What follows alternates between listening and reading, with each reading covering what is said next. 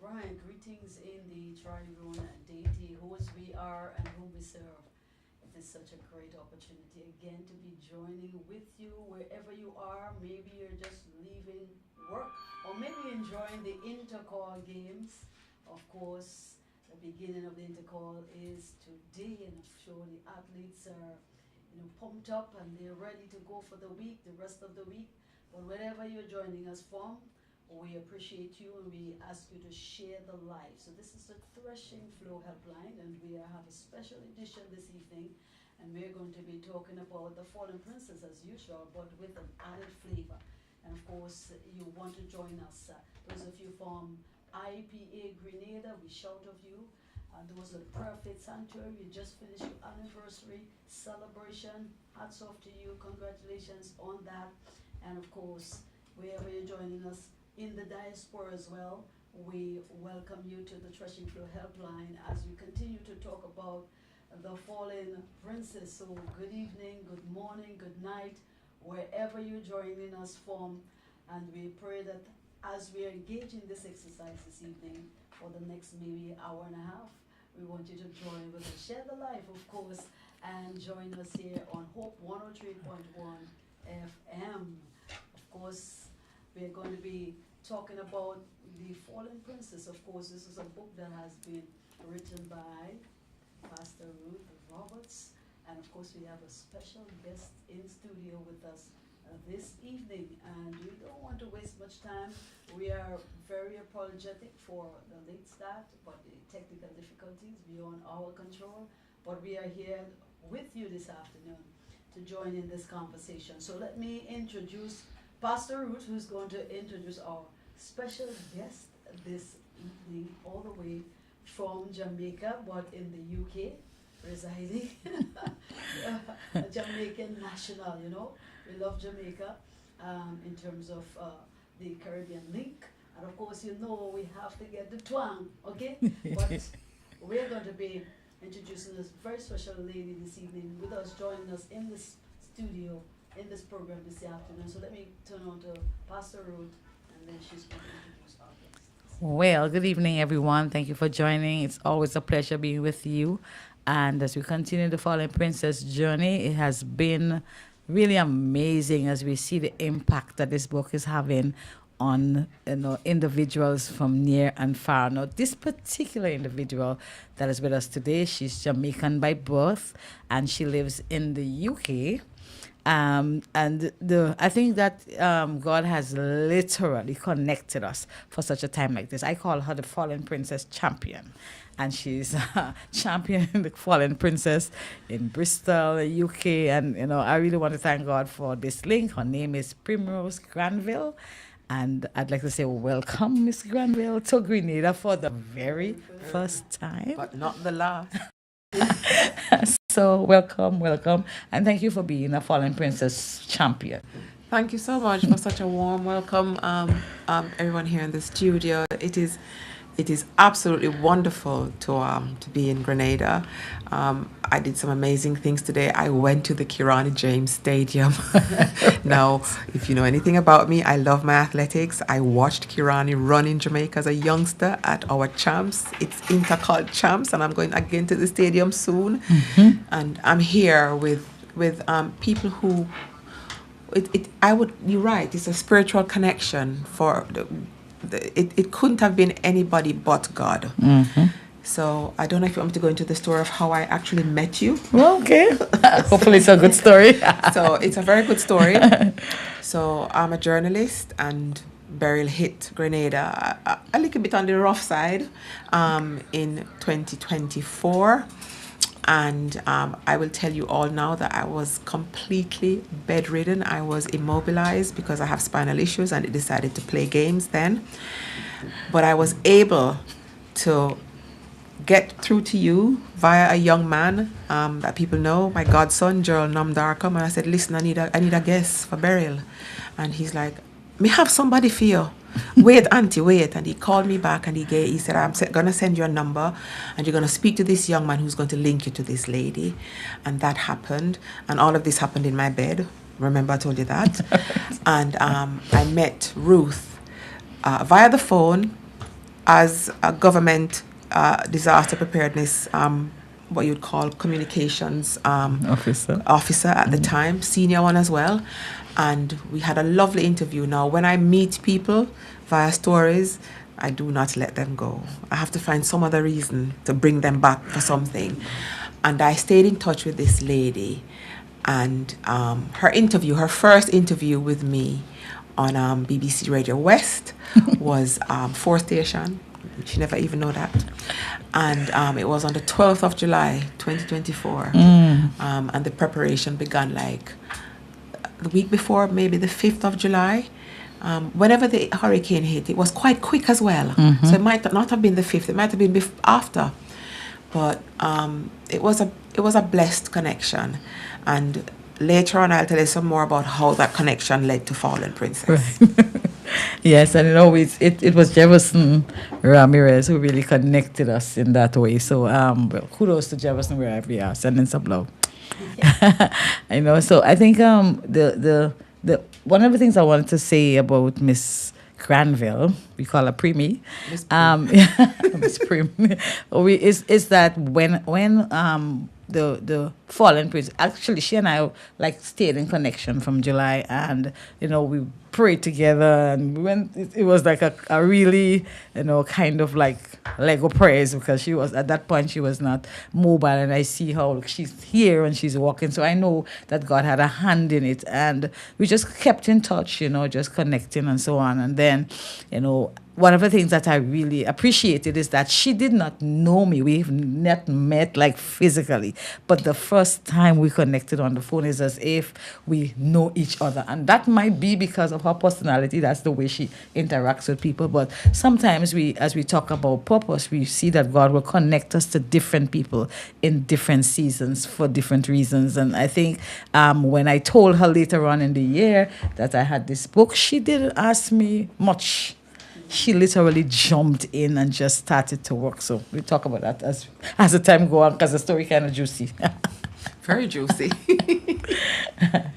Yes, of course, and divine purpose and destiny. I say people come into your life sometimes for different seasons and for different assignments as God bring them into your life. And I think at this juncture, at the launch of this book, right, Miss Primrose, really facilitated the launch of the book in the U.S. And so tell us about that, how that went. So this launch started long before the launch last year. So I live in the UK. I live in the southwest of England. The police authority in the area that I live in is Avon and Somerset Constabulary Service. I volunteer with the police, and I've volunteered with them now since I think 2013 or 2012. I can't even remember. I think it was the end of the year for the London Olympics.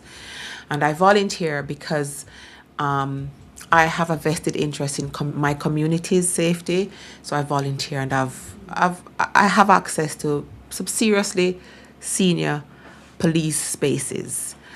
And just before COVID, sorry, there was a big rise in the reporting of rape and serious sexual assault against women. The code name, Rosso. And there were meetings that I was sitting in, and we were exploring why Black women don't report these issues. One, nobody believes them. Main one, nobody believes them. And we're not just talking about loved ones, we're talking about police services. They're treated like, well, you must have called it on yourself, and that kind of stuff. And especially Black women. So I ended up in a room where something happened, and I was like, this is not how you treat this kind of thing. This is why Black women are not coming to you, because you assume that they'll be okay. And the then assistant chief constable sent me a long email, asked to meet with me, and we met, and she said, you're going to have to help us to get this out to communities. So this is, I honestly can't remember the exact year. If I have the details, but I'm not going to go into that. But It was before COVID. And so my interest in that was awakened. So remember, I didn't meet Ruth until Right. 2024. So I'm involved in this thing, and we don't have, Black women don't write these books. Caribbean women, African women, Asian women, Pacific women who are brown or black don't write these books. It comes with stigma, it comes with disbelief, it comes with negative stigma, very, very negative, and feedback. And it comes with hate from your very own people. So it was not easy to find an exemplar anywhere to talk about it. And, you know, it's still going on. They had big conferences. They brought academics to come and do a great big research. And so Avon and Somerset Constabulary became the national UK police service to lead on the research, the addressing, the exploring of women, especially women of color, on rape and serious sexual assault. That then kind of morphed into Vogue, violence against women and girls, because it wasn't just grown women, it was girls as well. And that transformed. And somewhere between Rosso and Vogue and stuff, burial happened. And I was talking to Ruth, and she was telling me something about this book that she's writing. And let me tell you the one thing I've never forgotten. She said she went to a window. She had a dream one night, a vision, not a dream, a vision. Highlight of the dream. This is the highlight of the dream. That's my medication alarm. It's not a phone call, sorry. So she had this vision, and she was led to this window. And I'm in her house now, and I've been looking through the window, but she was led to this window, and she saw a woman lying down in white dresses in the garden, and she's looking at them, and they're all lying down. And when she got to them, or when they turned over, I don't know if when you went to them, I think. Yeah, you went to them and you turned them over, and the pubic part of their white garments was red. And she said to herself, I really have to do this book. Yeah, whenever that window vision was, that is the window that started it. And I thought to myself, how am I going to get this woman to England? And the book was coming, and every time we spoke, the book is coming. And like anything that you're doing on your own of such magnitude, sometimes you need a whole heap more than the prayers. You need physical people, you need money, you need support, you need somebody to say to you, I know you have written a book that's angered many. Because it will anger people in some very high places.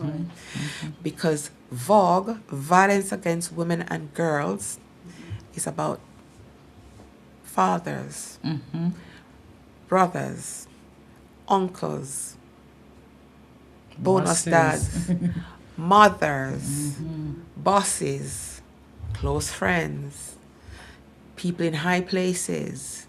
I'm an upper St. Andrew girl from Jamaica, you know, say certain things, all kinds of stuff. And I lied down one night, I said to myself, this woman works for the government. I wonder if she's going to lose her job. I actually thought that. Is she going to lose her job because of this? But she was going full speed ahead, and so was I. And then she said to me, oh, we're going to the US, or the book is coming out and I'm going to the US. I was like, come to England.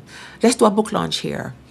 And let me tell you something. If you think this is a joke or any of it is made up, I have all the messages and all the emails to show anybody. There's a community center in the St. Paul's area of Bristol. It's the most diverse part of Bristol. And I was interviewing them.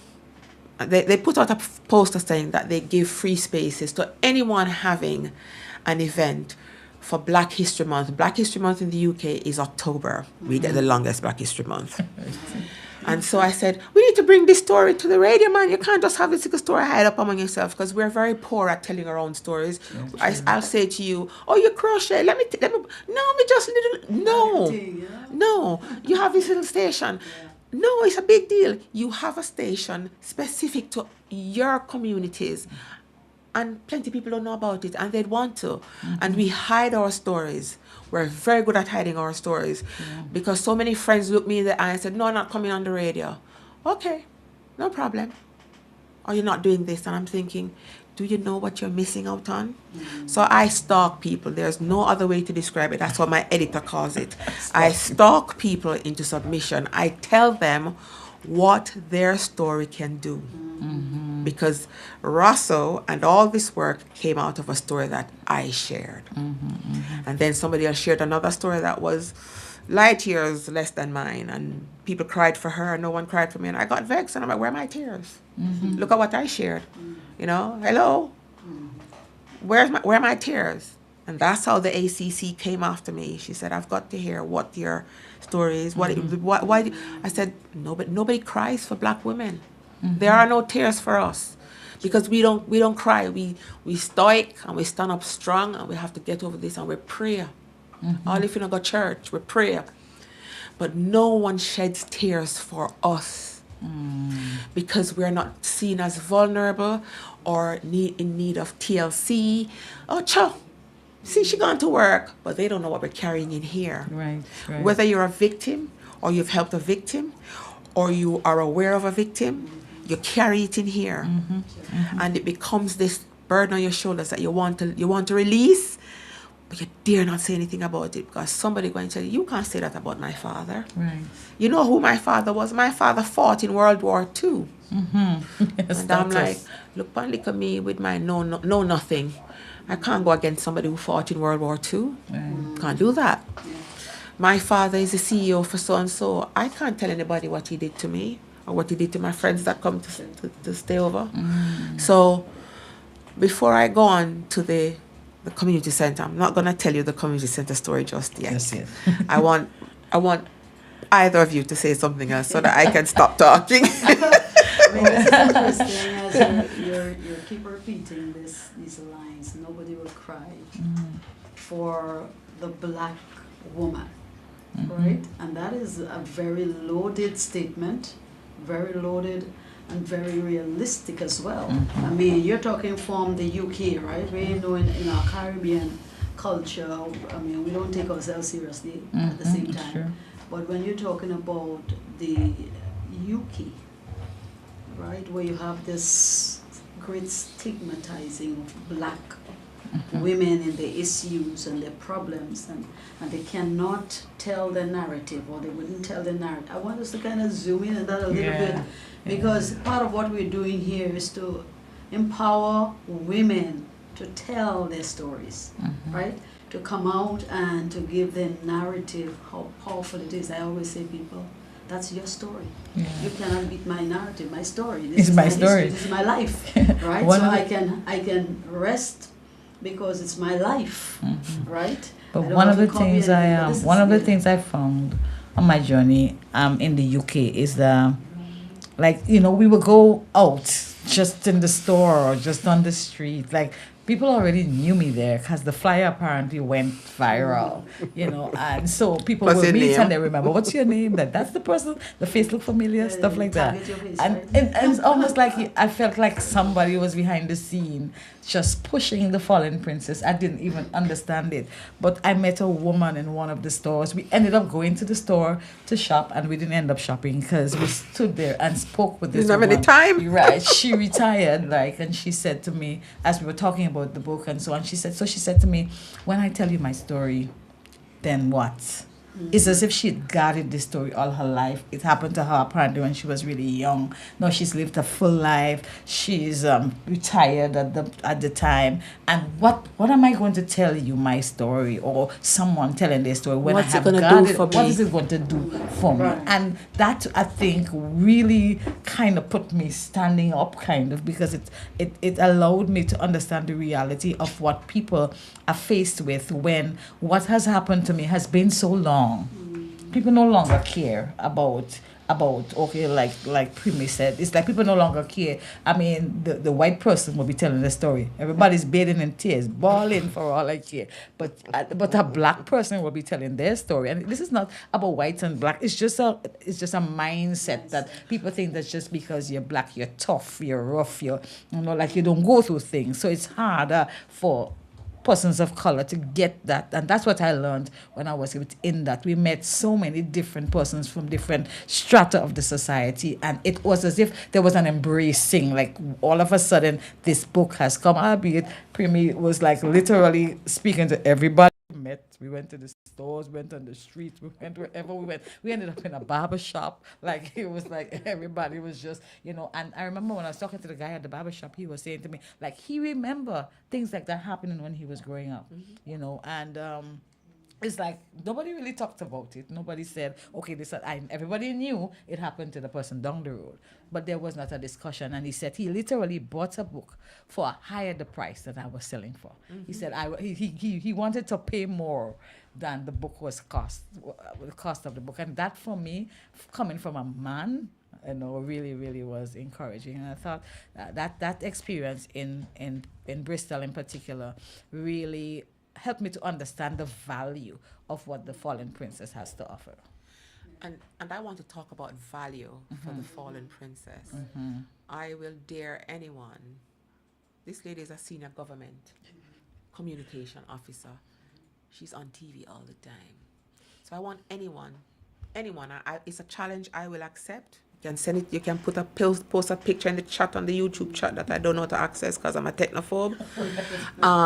But I want someone to challenge me with a book like this. And listen, if you don't read this book, you might come and challenge me. But then when I drop you some lines and some paragraphs, then you're going to say, oh no, it's not the same book. This is a book that spoke to people who had lived through the violence against women and girls. VOG is the perfect acronym. So bring me the book that has the story of the high-end female who's dealing with domestic violence that comes with the sexual violence. This is how I hold you down. Bring me the book with a young child. She shared some stories with me, and these are people that you've met. You didn't make them up. And one of the questions I asked is, did any of this happen to you? She said, no. But the people that I deal with, the women that I deal with, I had to write this book. And I even said to her, but this is not even your business. What happens? And she said, I have to do it. And I've done it. And I'm going back to the story now, how this ended up on sorry. So I was interviewing the people at the everybody know me. There was a takeaway at the center. So I'm always there. It's a Jamaican takeaway. It's my mother's very, very good friend. He's one of her closest friends when I moved to the UK. And he's still cooking. He should be retired, but he's still cooking. And I'll go and I said to him, give me a piece of jerk chicken and festival. I don't really like fried food, so I don't want the fried dumpling, and I pick out the middle of the festival and eat the crust. And that's how and he'd always put a thing of vegetables. Come, Prim, come. So when I saw the announcement with the ladies, I said to them, when I first saw it, I said to them, you giving free hire at the center for the whole of October? And they're like, yes, Prim. I said, can I have 2 dates, please? I had nothing planned. This is September. I had nothing planned. I said, can I have 2 dates? And I picked the 14th and I think the 17th of October. And I don't even remember if we were talking about you coming to the US yet and the book thing. I don't think so. That part is a bit muddled. But let me tell you, I booked 2 dates and none of them worked for anything. So not only did Ruth come and do her book launch, a friend of mine from high school came and did her book launch next week. Because the 2 evenings were free. All I did was go to the supermarket and buy 2 boxes of apple juice and some water. And I said, Glenn, I don't have no money. What can you do for us? And him like, you're all right, man.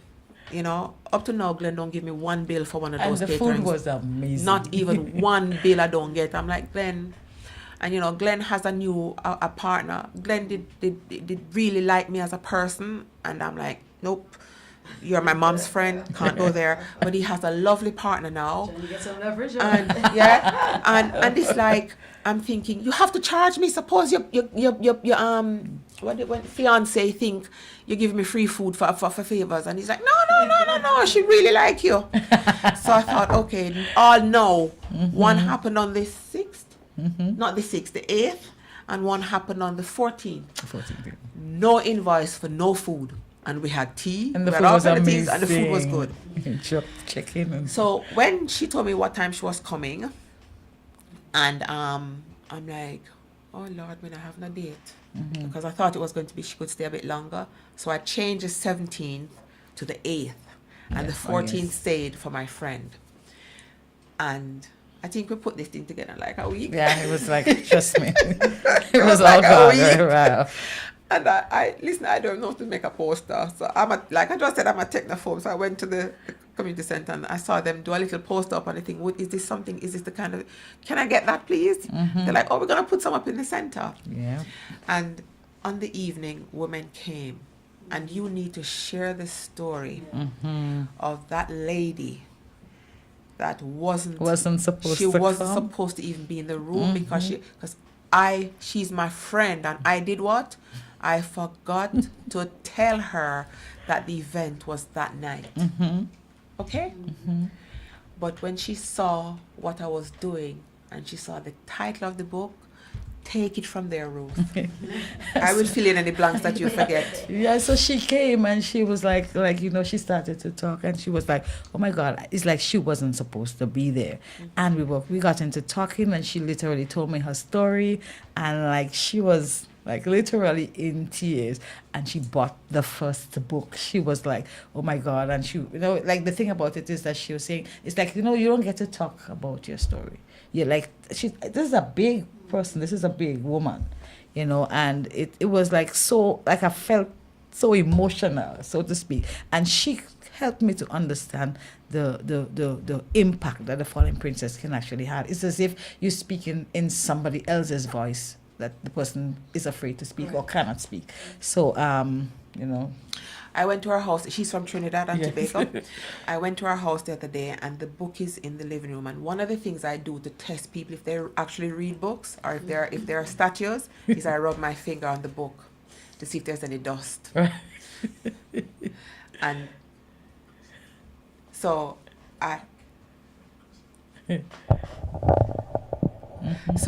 see, technophobe. Believe it or not, I'm a journalist. Somebody else does it. So I went and I said, why you have this book down here? She said, everybody that come in my house see this book. And I don't tell them why I have it there. Because this woman is like up there, seniority. I'm not going to say anything else. And she's like, I still can't say to ordinary people, I've told you, Prim, but I can't say to ordinary people why I'm reading this book. So I just said to them, oh, it's Prim Friend book. And everybody like, oh, okay, it's Prim Friend book. You're going to read that.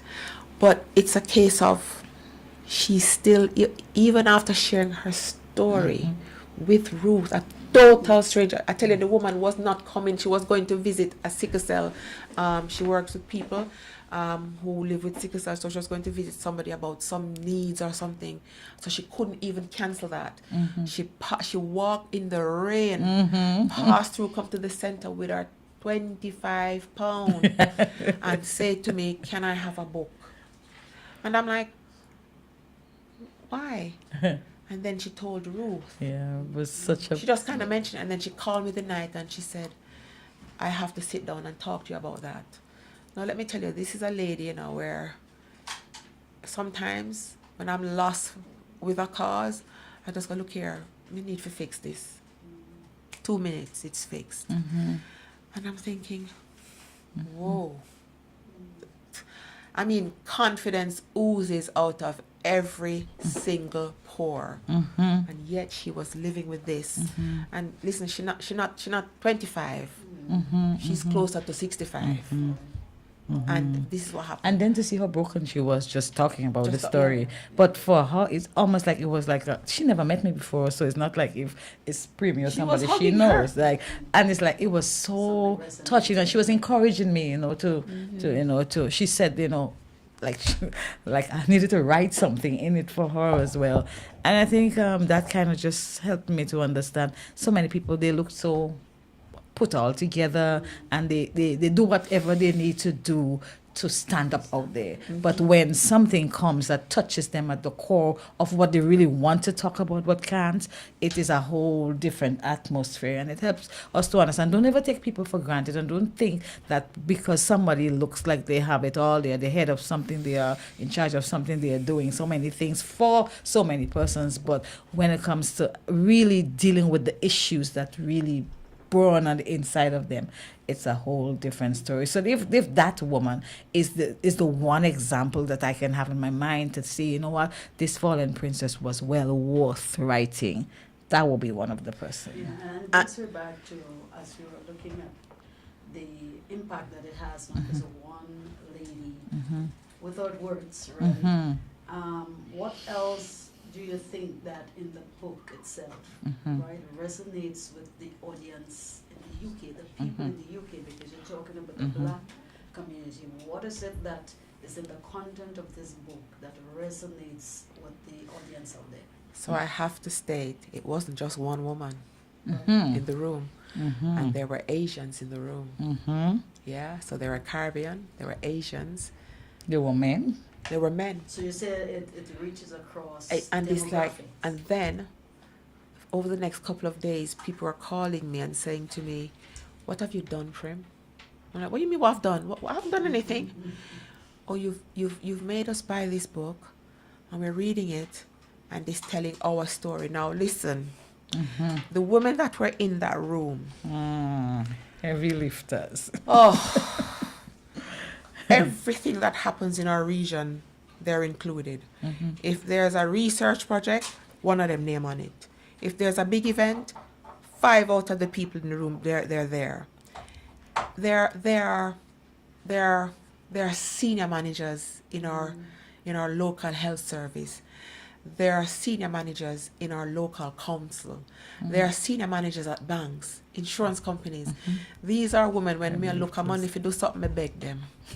Right. Yeah, they can help me to source money. So they're not, we have a saying in Jamaica, they're not pian. They are powerful women. And one of them is saying to me, "You must never share until I'm ready." I said, "You're going to be ready, and you're going to be ready before you're dead." Because God is going to take this off of your shoulders. These are women who lead church. These are women who are running organizations that look after people who are in need. We have a community feeding program. These are women who, when I say, "Listen, we need £250 to buy this month's stuff," they're coming with the money. They've got it from somewhere, then collect it somewhere. And I'm thinking, you? And then you think this book is just about Black Caribbean women? No. Then I've met the white women. I've met the, or should I say, Northern European women. I'm not calling anybody by color tonight. Northern European women. Yeah, we have to And the explain, North, right? North, South, and East Asian women that I know are saying to me, "I heard about the book." "Oh, which book?" "You know the book?" "Oh, okay. I haven't got the money to buy it right now." There was one girl in particular. She's, and I'm gonna end up paying for her book. Okay. She is quite vulnerable, and we know she's a vulnerable person, and we know she's been to spaces, and we bring her back. But we didn't know what was the core cause of that journey that she kept going on. Because when you get any man telling you you're not worth it, and I can treat you like a little dirty rag doll, then you're not worth it. And you will consistently tell yourself, "You're not worth it. You're nobody. You're not even worth an engagement ring, but you're worth lots of other rings." Now I will tie you down in chains that are invisible, but they're rings that you're going to be living by.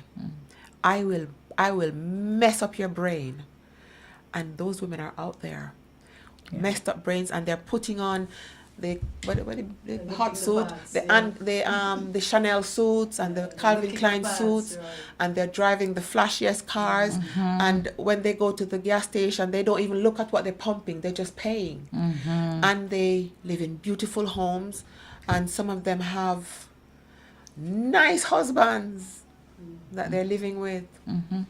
That ain't so nice behind closed doors. Yeah. My story is quite like that. It was abuse, but it wasn't sexual abuse. It was mental abuse. I had an accident and lost everything. And thankfully, the marriage too. And I promise you, it's thankfully. Thankfully. Because when I had my accident and I started to you know, I wasn't earning any money. You get somebody coming in your face and saying to you, I am not taking you to physiotherapy tomorrow. You think the insurance money you're getting can pay the mortgage on this house. That was a statement that was made to me, to my face, while I'm lying in my bed, hardly able to move my shoulders because I had an accident. And I couldn't work no more, and I couldn't move. And this was the perfect husband. And if you know me, you know it's who me attack. I've only ever had one.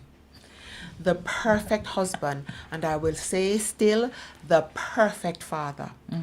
I wanted for nothing in that marriage until I had my accident. Because I was earning, and we had the nice little life and the 3 holidays a year.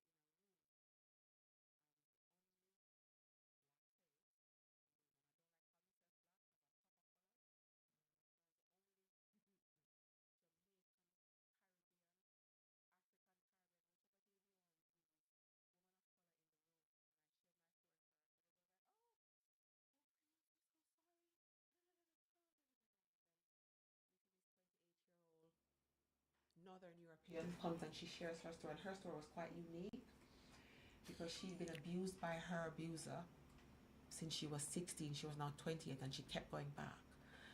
The police would rescue her and put her in a shelter, and she'd go back, and she'd gone back about a dozen times. And the tears that were shed for her, I was vexed. And I thought, this ain't happening no more. Not in our room, I volunteer my time. And when they were finished with her story and the tears flowed, and oh, we're so sorry, Sally Ann, we're so sorry. And I'm like, hello, when they were, you moving on? No, let's talk about my tears. Where are the tears for me? I was beaten with a broken back. Yeah? I was beaten with a broken back. 7 years later, when my spine fell apart, I had to have a titanium cage. But I was beaten before I had the titanium cage to withstand anything. I never went back. I took one beating. One.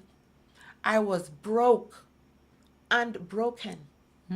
I had no money. I had no job prospects. I was now on the last edge of my sick pay. Because they give you 6 months full pay and 6 months half pay. This beating was June. Yeah? My half pay I got done the end of June. But I said to them, bring him back with his family to get his things. Do not bring him back here alone. Because then you're going to have to lock him up. And no tears for me in that room. And I wasn't upset.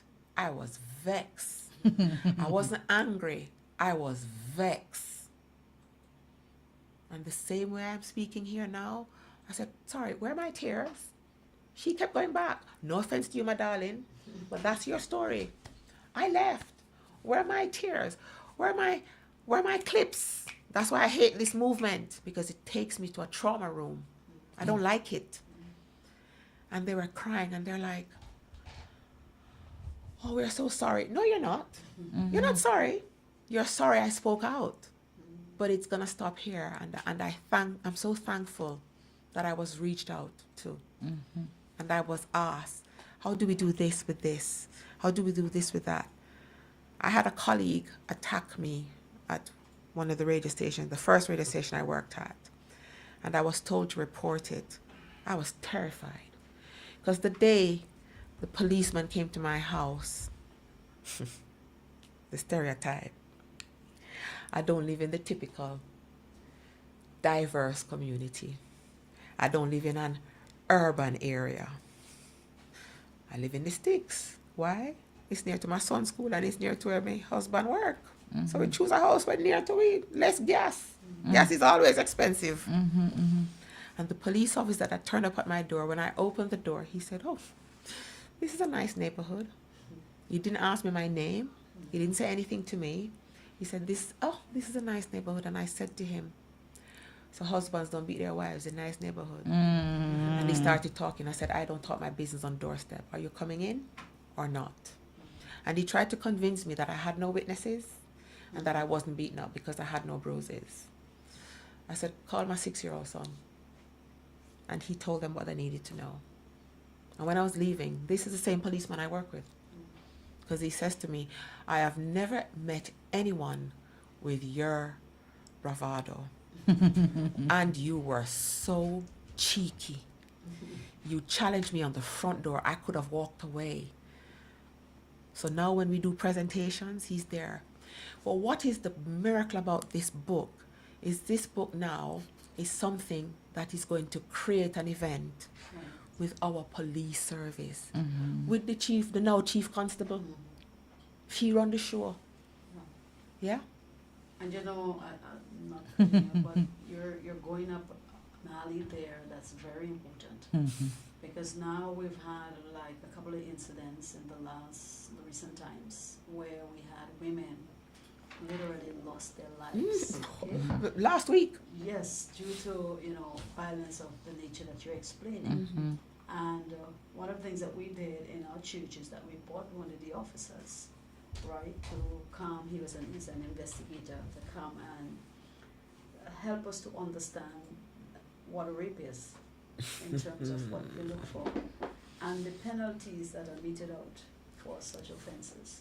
And so you give us all these things. So what you're saying basically is that collaborative work, right, between the police or those, persons of influence to reaching the people that have the narratives, right, that are in the, because for example, we see the young lady lost her life.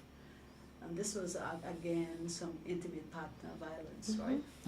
And this is the extreme case. She would never be able to tell her story, right? But what we saw in the response to that was that even government officials, churches, NGOs, community people gathered for a candlelight vigil and walked the streets. And I don't know how much that's going to do in terms of, but it does a lot. You can see that these people identify, right, with what is going on. Who is stopping it at the level what's happening, you see? So that we don't have to come and do the catching up to tell the stories. So this book, and what you're explaining here, and that's why I ask, what are the things that are in the book that will resonate with the people, just like this narrative. We identify with it somehow, but it needs more than that to do some preventative work. So what I find about this book is the rawness of the content. It's, let me go all politically correct. It's very organic and very authentic. Them two words. But if you really want it in the colloquial way, it's as raw and as pure as you can get. You wrote people's stories. You sat there and you became them, and then you reproduced it. And you wrote it in a way that didn't let them down. It didn't shame them. Protected So their if identity. you start reading this book, please don't have any big assignment or any big job coming up. Because you're not going to do anything for. She said it probably so really clearly, because when I've always, ever since I was like a young woman, people always tend to come and tell me their stories. Like I've had to deal with, young people experiencing, certain things at a very early age, but ever since I was a teenager. So it seemed to me that I've always been on this journey. But the reality of it, when the dream came, kind of brought home to me the fact that the thing was happening right under our noses. It wasn't like people, yes, there are people who it's happening in foreign lands or whatever, but there are people that is, as the dream suggests, right outside my backyard.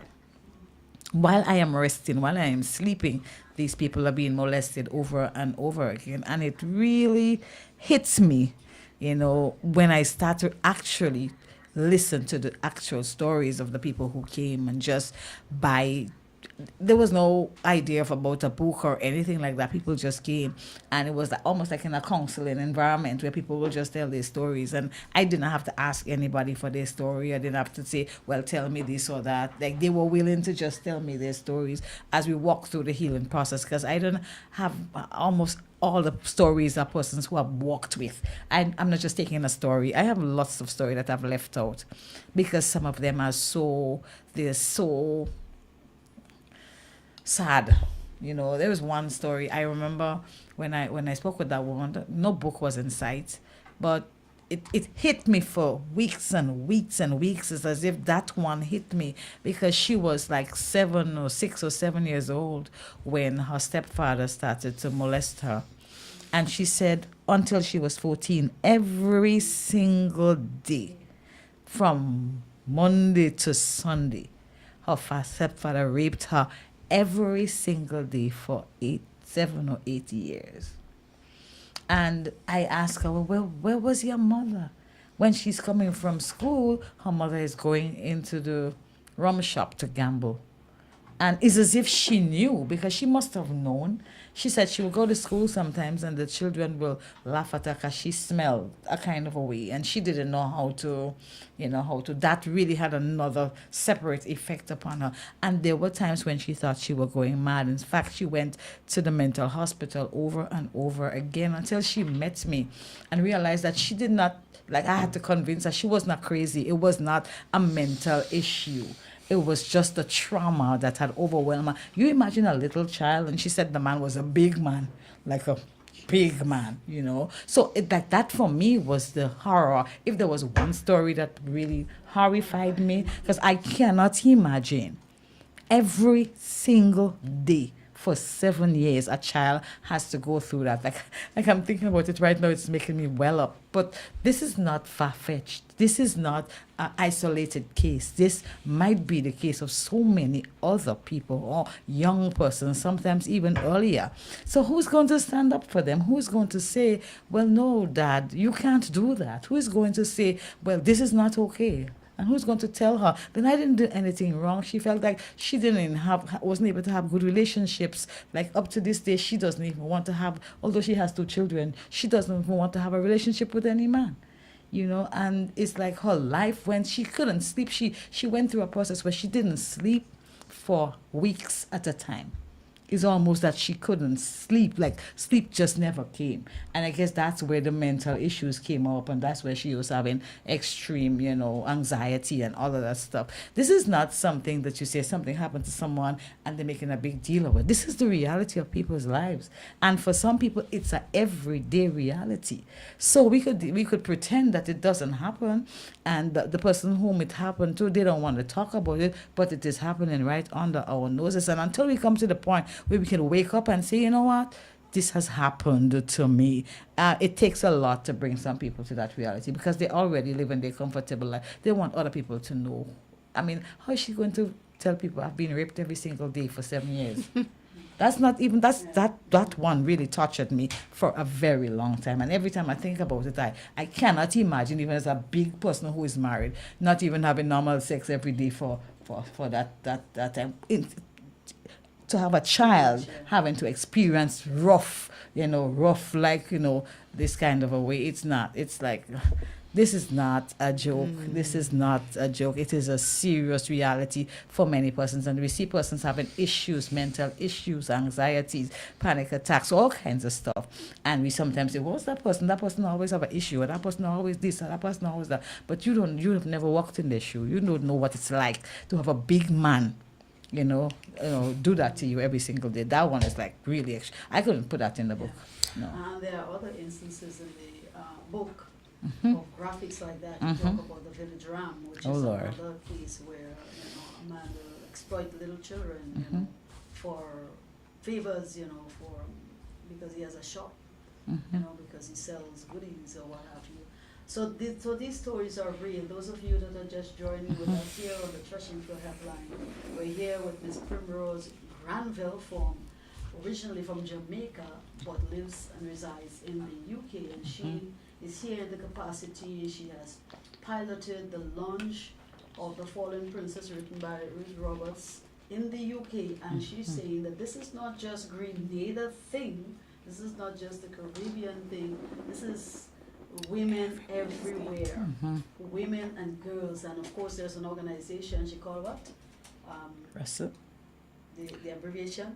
So the Avon and Somerset Police in the southwest of, the west of the UK, right. They are the national lead for the United Kingdom on violence against women and girls, and that came out of RASO, which is rape and serious sexual assault.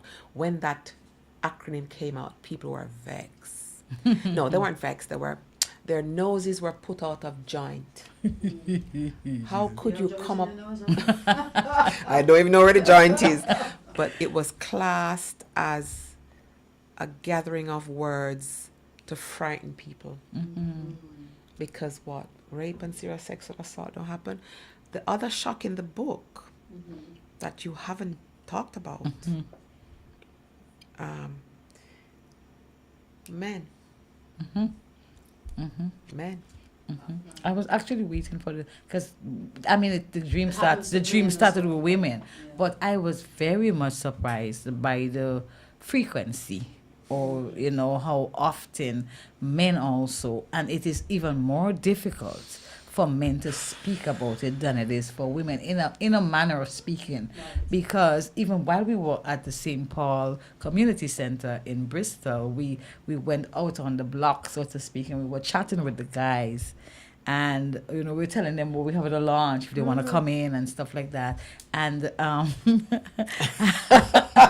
one of the guys was saying, it's like, it was like, police don't believe us. The police don't believe us. And he gave a story. He gave a story about one of his friends who were raped by a woman. And when he went to the police station, the police laughed at him. And the police actually told him, well, go bring that woman that raped you. Like he wanted, the police was saying, let her come and rape me, like as if it was a kind of joke. And then we started to talk about it with them, and that was the sentiment. It's like it's okay for women to come and bawl before the police station, and the police will come knocking on the men's door. But what happens when a man is raped? I mean, is it possible for a woman to rape a man?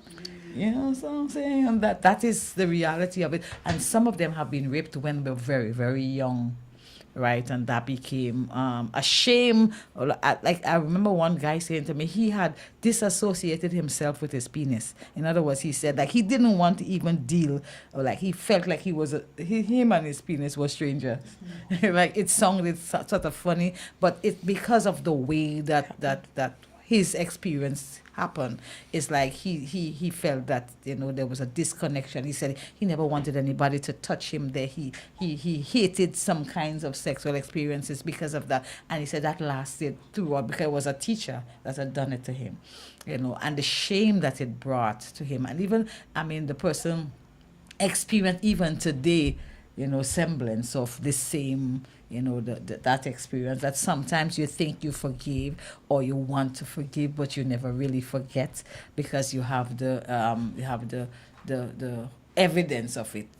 I mean, really living with you for a lifetime. So that was a big deal, and the attitude of the community towards rape when it comes to men, because traditionally you will think that it's a man who does the raping, but a lot of men have been raped, is being raped, and a lot of boys, right, even same sex, they are being bullied into having same sex relationships, and a lot is going on. I'm telling you, a lot is going I read on. somewhere, I don't know if I read it or I heard it somewhere, that it says it's even more dangerous to rape a man than a woman, because men cannot have sex multiple times. I mean, in the same, some do, because you have to wait for Right, yeah. erection and all of that. But sometimes it's even more dangerous. I'm not sure how true I'm not that sure about the is, science but of it. it's something to think about as well, because why they think they're the master of it, they're actually not the master of it. Yeah, as you see, rape is about power, you see. Yeah. So whenever a man is raped, it has a different psychological effect, because men are supposed to be, the leaders of the him, the more powerful, the stronger. So when a woman can rape a man, it's as if she has literally subdued him into nothingness. Right. And that brings a different psychological impact on the men than it does on the woman. At the same time, it's like it emasculates them. Yeah. Now, as we think about this, as time is dwindling very quickly. If we look at what we want to send, what is the message that we want to send out in terms of, we have the UK audience, we have a global audience that might be hearing this or hearing about this book, and as you said, it speaks to so many. It's like a paradigm shift. It's like a trailblazing kind of piece of literature that will open up many doors for persons who are victims of rape or sexual assault or even violence against women and girls, or generally people in general, to be able to say, what, this book is helping me heal. It's helping me to come to terms with my own realities and so on. So I want us to talk to those who are out there. They might be listening to you, Primrose. They might say, hey, I remember this lady from St. Paul's Community Center, who has been championing this book, and she's really serious because this book is a catalyst for change. What are we saying to them? How can they get it in the U.S. maybe? But what are we saying to them through this book? Well, I will tell you another truth. This is the first book launch I ever did. People always say to me, "Why don't you do book launches?" That's a trailblazer for you. That's a trailblazer. But I tell you, I'm going to describe this book in some language that some people might put their noses out of joint. This book is an attack on the perfect social existence we have. We have good daddies and we have good mommies, because mommies rape their sons too. Mm-hmm. They rape. We have good wives. We've got good stepmothers, bonus moms.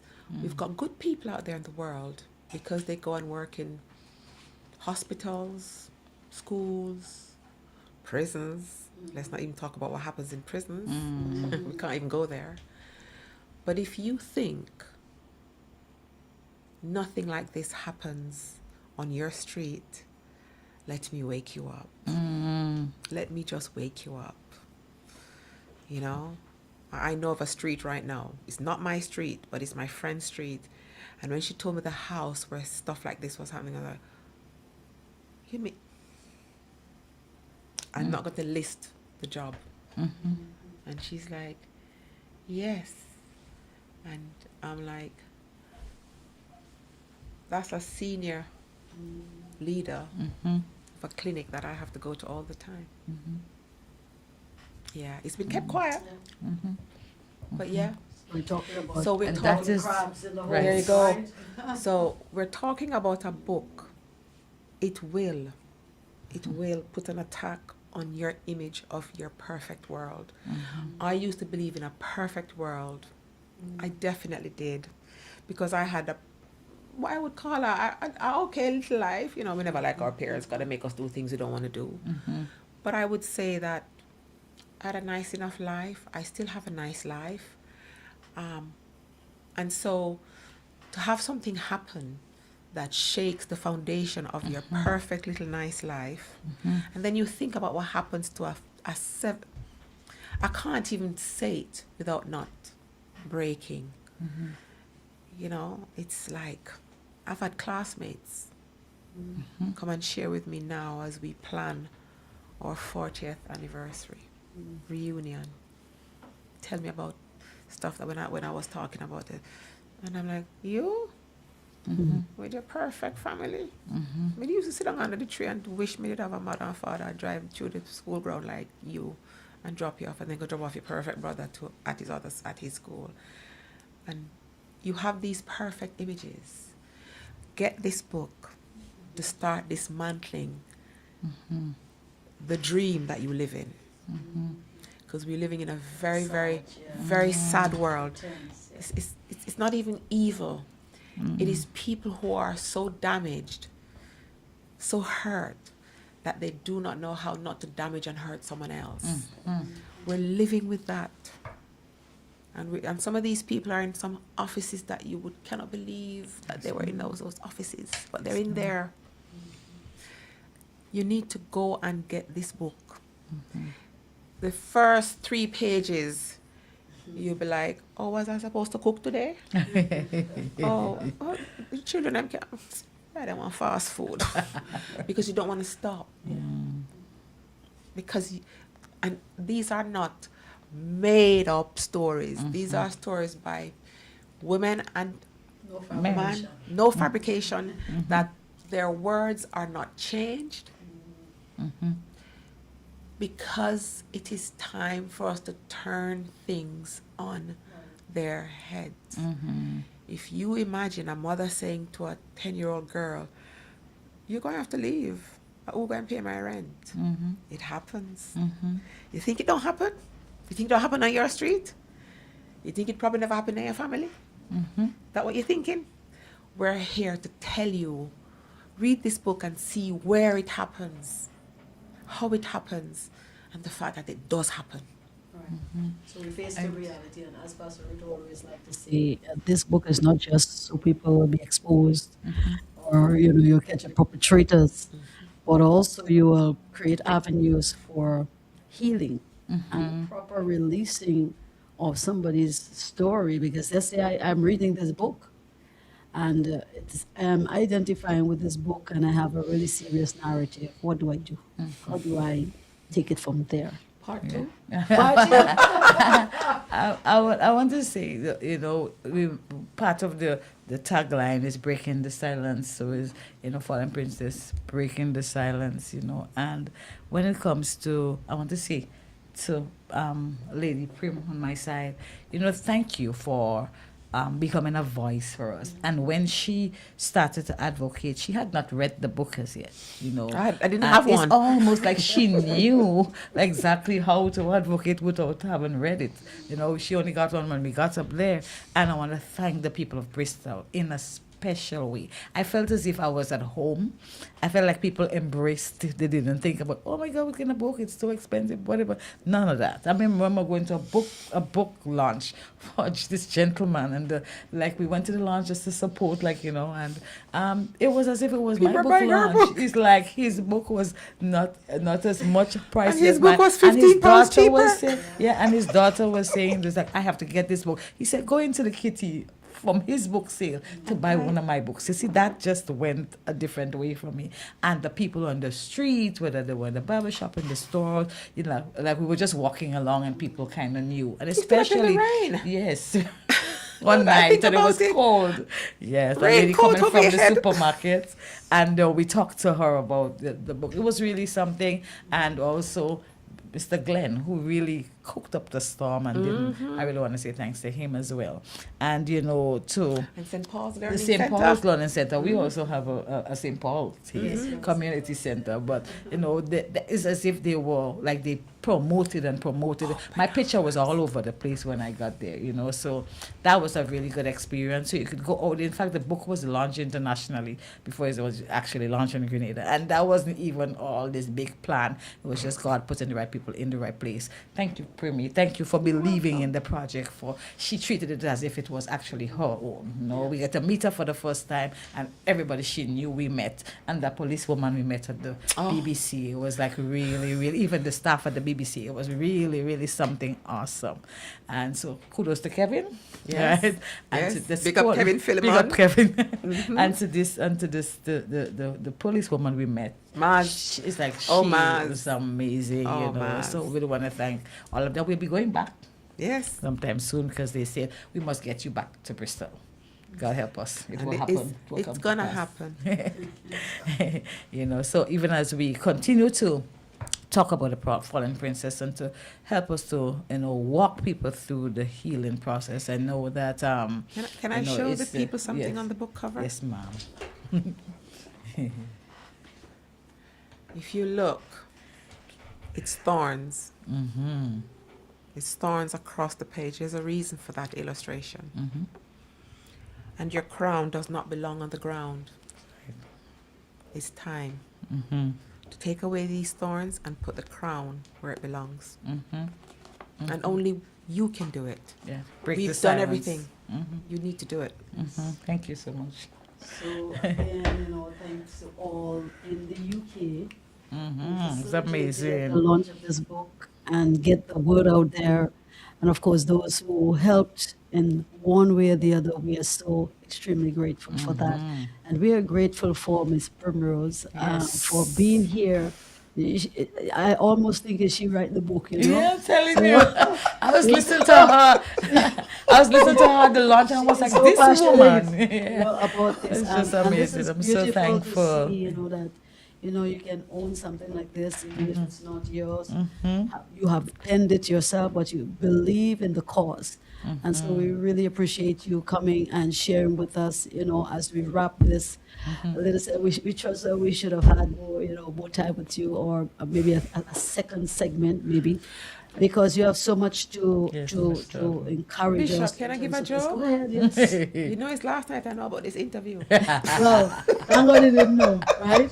You're natural. It's You're good. It's natural. good. And of course, Yeah. it's not, you don't have to make up anything, like this is No. what happened. So Yeah, we're yeah, just yeah, yeah. No lies relating what I told. said. Yeah. No And lies so told. we see this in a bigger light. We see, and I was thinking now, somebody was sharing a little book that they have created now, means something to do with children and abortion. And the title of the book was Abortion is Everything. And they said this book is available in barbershops and wherever else. And this is coming out, mind you, by this culture of comprehensive sexuality. So we know it's not good. But why is the princess, the fallen princess, in the barbershops, in the salons, in hospitals, wherever else? We used to have before the Gideon Bible everywhere. This book needs to get everywhere, right? So Yeah, people and I can think we read. started the read process it, because I yeah. know Mr. Buckmeyer from Legal Aid. He said we got to have this. Yes, book, they you have know, to we have, got this especially book. legally. Yeah, so Yes, he said because- bring some books Yeah. at Legal Because Aid. I Yeah. do a lot of work in terms of what you're talking about, the women's rights from the women and girl, champion the body of Christ, to take these matters seriously, and the psychosocial care of the membership very seriously. So I know how this book could be a catalyst for change, and it could even become a curriculum somewhere in some university or what have you. I'm not sure if it could be in schools yet, Hold but that thought. Yeah, yeah, it's Pray, like o- pray kind over of- that thought, Bishop. we'll have to, we'll have to see that. Yeah. But this is not just for an individual somewhere to just take and read. This is something that needs to happen across. I later give my daughter one to read it as well. So No, it's no dust growing on it. Yeah, No, and, that's- and you no, see, that's- it's kind of be read like a Not novel. a It's story, almost yeah. like it's like a It's a like guidebook. yeah, Yes. it's You yeah. have to be It referenced have to be it, dog yeah. eared Yeah. and tear up go and back and again. Yeah. Yeah, yeah. Of it, Yeah, yeah. So as we wrap up, But we've all- had really strong support Yes, because I from do a even lot of from editing. like ministers and different Yes. people, pastors And even, yes, government even the Christian ministers and community has so on. We've embraced had it, and we thank really God for strong that. support. That's very powerful. Yes, you know? yes. But we have to do a lot more, A lot more, in yeah. terms of the churches. We have to bring this more to the churches. I mean, when you have good material and good stuff, you have to promote it because there's a lot of craziness happening. People are writing everything. Yeah. But when you have really good books, if you sneeze, somebody write a book on that. But Bestseller. and a bestseller. They're 12. So, as I say, this is going to be a bestseller. So we believe in that. Any have a final lot of words, any that. closing words? Somebody's out there, they're listening to this, they're taking this in. Maybe long after we finish this interview, we finish this program, somebody's going to go back and click on that YouTube channel, pull up that video and say, you know what, these people are talking about something very important.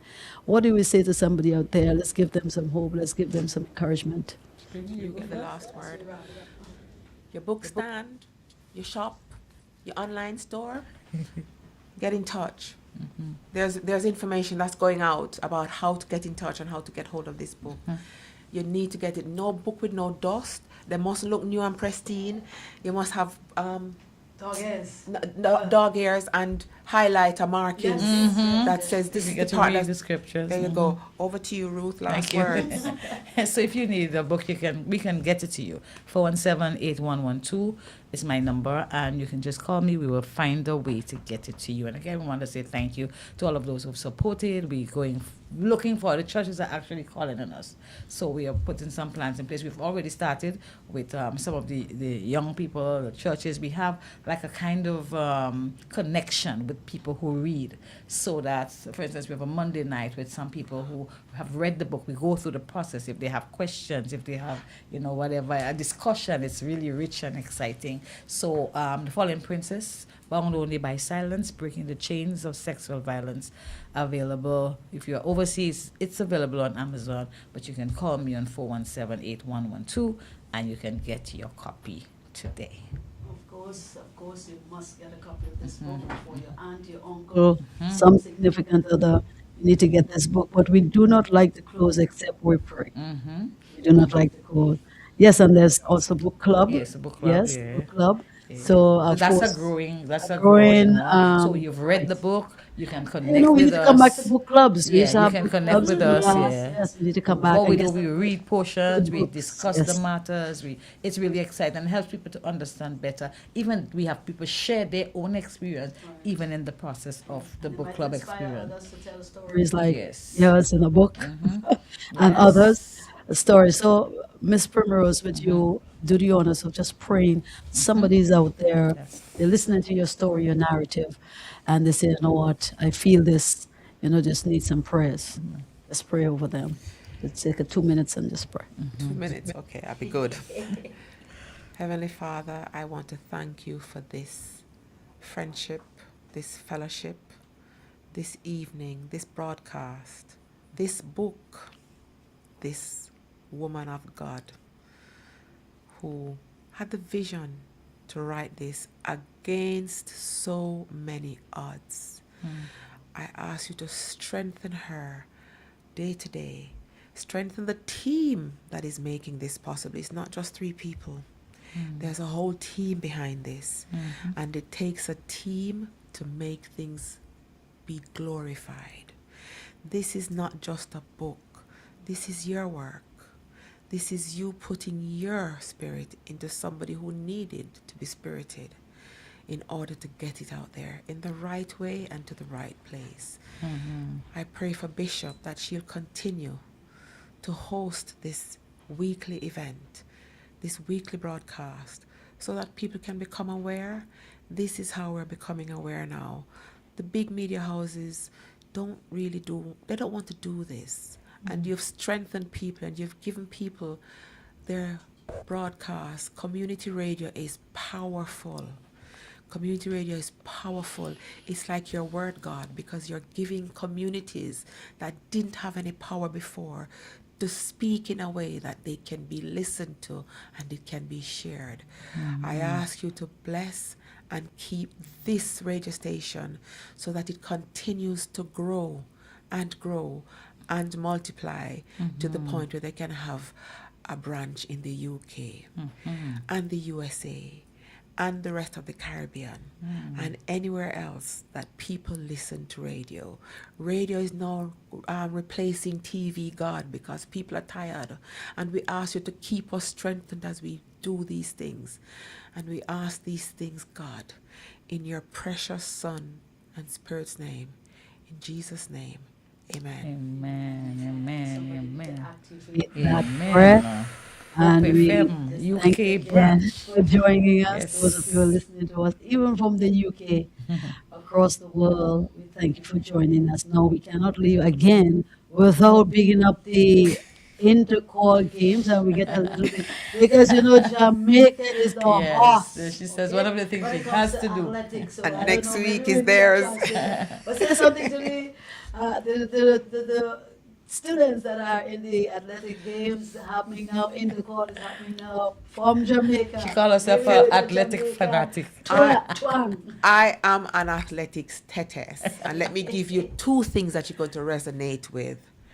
I watched Usain Bolt win his first gold medal as a child or as a youngster. I watched Kirani James win his first gold medal as a youngster in the stadium in Jamaica. School athletics championships are massive things. They build athletes and they build confidence and they build joy for countries. If Kirani wasn't a running from a picnic, he wouldn't have on stadium. So if you don't support them already, support them now, please. You turn up at these events, there is money in the kitty to keep it next year. They're ours. They're our children.